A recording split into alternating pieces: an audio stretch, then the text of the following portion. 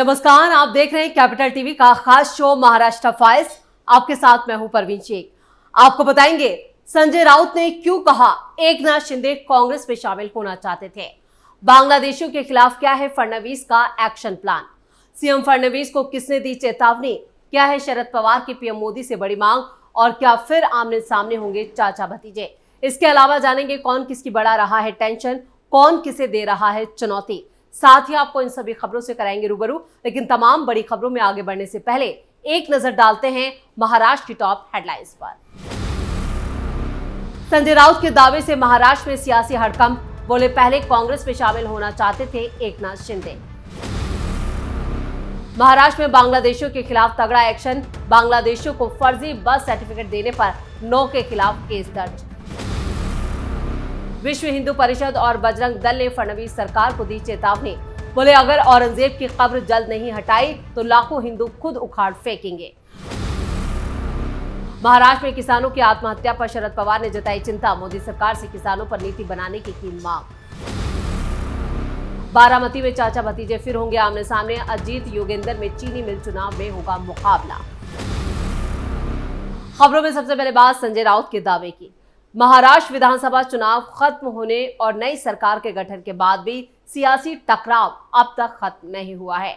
विरोधी दलों का दावा है कि एनडीए सरकार में सब कुछ ठीक नहीं चल रहा।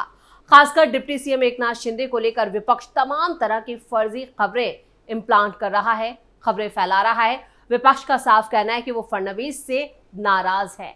और इस बीच शनिवार को शिवसेना यूबीटी सांसद संजय राउत ने बड़ा दावा कर दिया। उन्होंने कहा कि महाराष्ट्र के पूर्व मुख्यमंत्री और शिवसेना प्रमुख एकनाथ शिंदे पहले भी कांग्रेस में शामिल होना चाहते थे। संजय राउत ने दावा किया कि एकनाथ शिंदे ने कांग्रेस में शामिल होने की योजना बनाई थी। हालांकि यूबीटी नेता ने ये नहीं बताया कि एकनाथ शिंदे किस वक्त और किस महीने में कांग्रेस में जाने की योजना बना रहे थे। संजय राउत के लिए कांग्रेस के दिवंगत नेता अहमद पटेल का उन्होंने हवाला दिया और कहा, मुझे पता है क्या चल रहा था। अहमद पटेल अब मौजूद नहीं है और इसलिए मैं और कुछ नहीं कहना चाहता क्योंकि वो इस बात को पुख्ता करने के लिए मौजूद नहीं है। पटेल का 25 नवंबर 2020 को निधन हो गया था। संजय राउत से जब जोर देकर पूछा गया तो उन्होंने कहा कि इस बारे में सीनियर नेता और पूर्व मुख्यमंत्री यानी पृथ्वीराज चौहान से पूछे। हालांकि राउत के दावे को लेकर पूर्व मुख्यमंत्री पृथ्वीराज चौहान की तरफ से अभी तक कोई भी बयान सामने नहीं आया है। दूसरी तरफ एकनाथ शिंदे की तरफ से अभी तक इस पर कोई भी प्रतिक्रिया सामने नहीं आई है।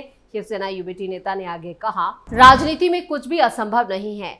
मेरे पास कहने के लिए शब्द नहीं है। मैं केवल इतना कह सकता हूं कि राजनीति में कुछ भी असंभव नहीं है। किसी ने भी नहीं सोचा था कि 2019 में महाविकास अघाड़ी का गठन होगा या 2022 में एक असंवैधानिक सरकार सत्ता में आएगी या 2024 में देवेंद्र फडणवीस को पूर्ण बहुमत मिलेगा। उन्होंने आरोप लगाया कि शिंदे का बाला साहब ठाकरे के भगवा झंडे से कोई लेना देना नहीं है। शिवसेना सांसद ने दावा किया कि शिंदे और अजीत पवार, जिन्होंने 2023 में राष्ट्रवादी कांग्रेस पार्टी का बंटवारा कर दिया, बीजेपी के झंडे उठा रहे हैं। यानी उन्होंने कहा कि यह सिर्फ सत्ता के लिए लोग जो है वो महायुति में शामिल है। इनका कोई भी अपना कोई उसूल नहीं है, कोई संविधान। लेकिन संजय राउत के जब भी इस तरह के बयान सामने आए हैं तो वो अक्सर फर्जी साबित हुए और एक बार फिर उन्होंने इस तरह का बयान देकर महाराष्ट्र में सियासी घमासान जरूर तेज कर दिया है। खबरों में आगे का रुख करते हैं। महाराष्ट्र में एक बार फिर बांग्लादेशी लोगों के फर्जी प्रमाण पत्र बनाकर रहने का मामला सामने आया है। महाराष्ट्र के मराठवाड़ा के लातूर में बांग्लादेशी जन्म प्रमाण पत्र घोटाला सामने आया है। 9 लोगों के खिलाफ ये मामला दर्ज किया गया है। इससे पहले मालेगांव, अमरावती, जालना, संभाजीनगर में भी बांग्लादेशी बर्थ सर्टिफिकेट को लेकर मामले दर्ज हो चुके हैं। जिन 9 लोगों के खिलाफ मामला दर्ज किया गया है वो सभी मुस्लिम हैं। लातूर में 13 मार्च को एफआईआर नंबर 89 के तहत मामला दर्ज किया गया था। ये मामला भारतीय दंड संहिता की धारा 318(4), 338, 336(3), 340(2) के तहत दर्ज किया गया, जिसमें धोखाधड़ी, फर्जीवाड़ा और जालसाजी जैसे गंभीर आरोप शामिल है। सभी आरोपी बांग्लादेश के नागरिक हैं और गैरकानूनी रूप से महाराष्ट्र में रह रहे थे। इन लोगों ने फेक दस्तावेज के आधार पर अपना बर्थ सर्टिफिकेट भी बनवा लिया था। आरोप है कि इन सभी ने फर्जी आधार कार्ड, नकली दस्तावेज और झूठे शपथ पत्रों का इस्तेमाल करके भारत में बर्थ सर्टिफिकेट हासिल किया। बीजेपी नेता किरीट सोमैया ने इस घोटाले को उजागर करते हुए सोशल मीडिया हैंडल एक्स पर जानकारी सामने रखी। इससे पहले भी बीजेपी नेता किरीट सोमैया महाराष्ट्र में अवैध तरीके से रह रहे बांग्लादेशी नागरिकों के खिलाफ आवाज उठाते रहे। उन्होंने 22 जनवरी को सोशल मीडिया हैंडल एक्स पर एक पोस्ट कर गलत तरीके से रह रहे लोगों का एक आंकड़ा भी जारी किया था।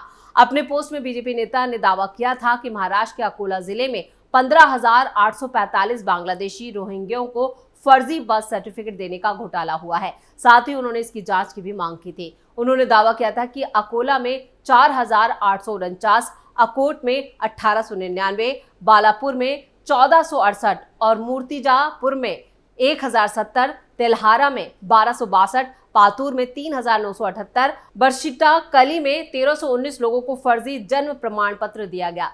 सोमैया ने कहा था कि साल 2024 में चुनाव आचार संहिता के दौरान फेक दस्तावेज के सहारे अकोला में इतने लोगों ने फर्जी प्रमाण पत्र हासिल किए। न सिर्फ बीजेपी नेता किरीट सोमैया बल्कि गृह मंत्री अमित शाह भी भारत में रह रहे बांग्लादेशियों के खिलाफ आवाज उठा रहे हैं और इसको लेकर लोकसभा में भी एक बिल पास हो चुका है, जिसमें मौजूदा कानून में 4 बड़े बदलाव किए गए हैं, जिससे साफ है कि पूरे देश से बांग्लादेशियों को अब खदेड़ा जाएगा। खबरों में आगे का रुख करते हैं। महाराष्ट्र में औरंगजेब के नाम से शुरू हुआ विवाद अब औरंगजेब की कब्र तक पहुंच चुका है और इस बढ़ते हुए विवाद के बीच राज्य में जल्द औरंगजेब की कब्र को लेकर महाराष्ट्र सरकार बड़े एक्शन की तैयारी में है। फिलहाल इसको लेकर बड़ा विवाद खड़ा हो गया है। इस बीच अब विश्व हिंदू परिषद ने महाराष्ट्र से औरंगजेब की कब्र को हटाने की मांग की है। महाराष्ट्र के अहिल्यानगर में विश्व हिंदू परिषद ने प्रेस कॉन्फ्रेंस की और कहा, औरंगजेब कोई साधु संत और समाज सेवी नहीं था, उसे हिंदू स्वराज खटकता था, इसलिए वो महाराष्ट्र आया। औरंगजेब ने हिंदुओं के स्मारक मंदिरों को नष्ट किया, इसलिए अब उसकी कब्र महाराष्ट्र से हटाई जाए। 17 मार्च को प्रदेश भर में जिला अधिकारियों को ज्ञापन सौंपा जाएगा। विश्व हिंदू परिषद और बजरंग दल ने चेतावनी देते हुए कहा, अगर सरकार ने जल्द औरंगजेब की कब्र नहीं हटाई तो लाखों की संख्या में हिंदू संभाजीनगर में जाकर कार सेवा करेंगे और औरंगजेब की कब्र को उखाड़ देंगे। आपको बता दें कि समाजवादी पार्टी के नेता अबू आजमी ने औरंगजेब को लेकर एक बयान दिया था, जिसके बाद ये विवाद खड़ा हो गया और इस बीच हिंदू जन जागृति संगठन ने औरंगजेब की कब्र को लेकर होने वाले खर्च का ब्यौरा देते हुए और छत्रपति शिवाजी महाराज की समाधि के देखभाल के खर्च में भी भेदभाव का आरोप लगाया। मुख्यमंत्री देवेंद्र फडणवीस ने कहा है कि हमें भी और सभी को ऐसा ही लगता है कि औरंगजेब की कब्र को ढहा दिया जाए, लेकिन कुछ काम कानून के दायरे में रहकर करने पड़ते हैं क्योंकि उस कब्र को संरक्षण मिला हुआ है।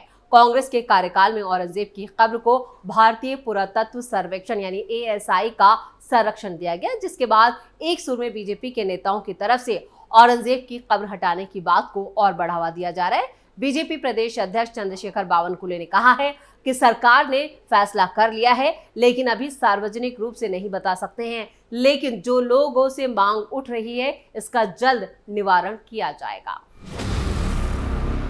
खबरों में आगे बढ़ते हैं। मराठवाड़ा और विदर्भ में किसानों की आत्महत्या को लेकर शरद पवार ने चिंता जताई, साथ ही उन्होंने मोदी सरकार की आलोचना भी की।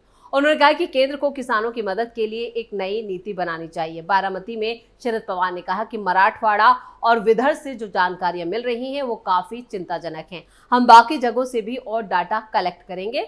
केंद्र को किसानों की मदद के लिए नीति तैयार करनी चाहिए। राज्य सरकार के आंकड़ों के मुताबिक 2024 में महाराष्ट्र में 2,635 किसानों ने आत्महत्या की है। शरद पवार का यह बयान उस वक्त आया है जब जयंत पाटिल अजीत पवार की पार्टी में शामिल होने की अटकलें जो हैं वो सियासी गलियारों में तेज है। दरअसल कुछ दिन पहले जयंत पाटिल ने किसी प्रोग्राम में कहा था कि उनके बारे में कुछ भी निश्चित नहीं है। इसके बाद ये चर्चा तेज हो गई है कि वो पार्टी छोड़ सकते हैं। जयंत पाटिल ने शुक्रवार को बारामती में एक कार्यक्रम में शरद पवार से मुलाकात की थी और इसके बाद उन्होंने कहा वो परेशान नहीं है और उनके बयान से गलत मतलब निकाला गया है।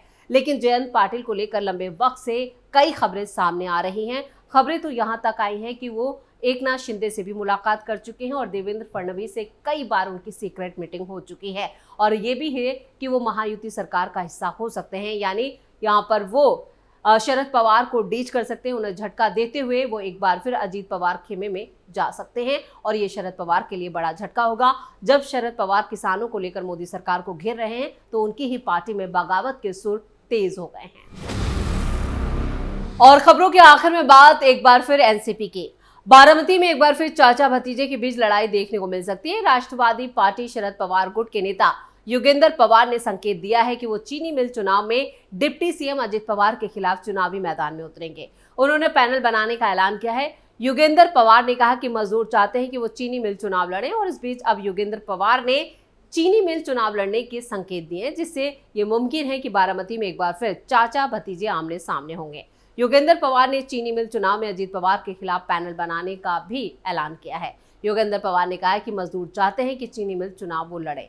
उन्होंने कहा है कि शरद पवार साहब ने मालेगांव में sugar factory, Someshwar sugar factory या पूरे गन्ना क्षेत्र में बहुत बड़ा योगदान दिया। पवार साहब ने इस क्षेत्र में न सिर्फ आज बल्कि पिछले 40-50 सालों से योगदान दिया है। पवार साहब हमारे पीछे हैं। योगेंद्र पवार ने कहा है कि हमारे पास वहां सक्षम उम्मीदवार हैं और अगर हम उस चीनी मिल को बचा सकते हैं तो चुनाव लड़ने में क्या दिक्कत है। इसलिए अब संभावना है कि योगेंद्र पवार मालेगांव शुगर फैक्ट्री और सोमेश्वर शुगर फैक्ट्री चुनाव में अपना पैनल उतारेंगे।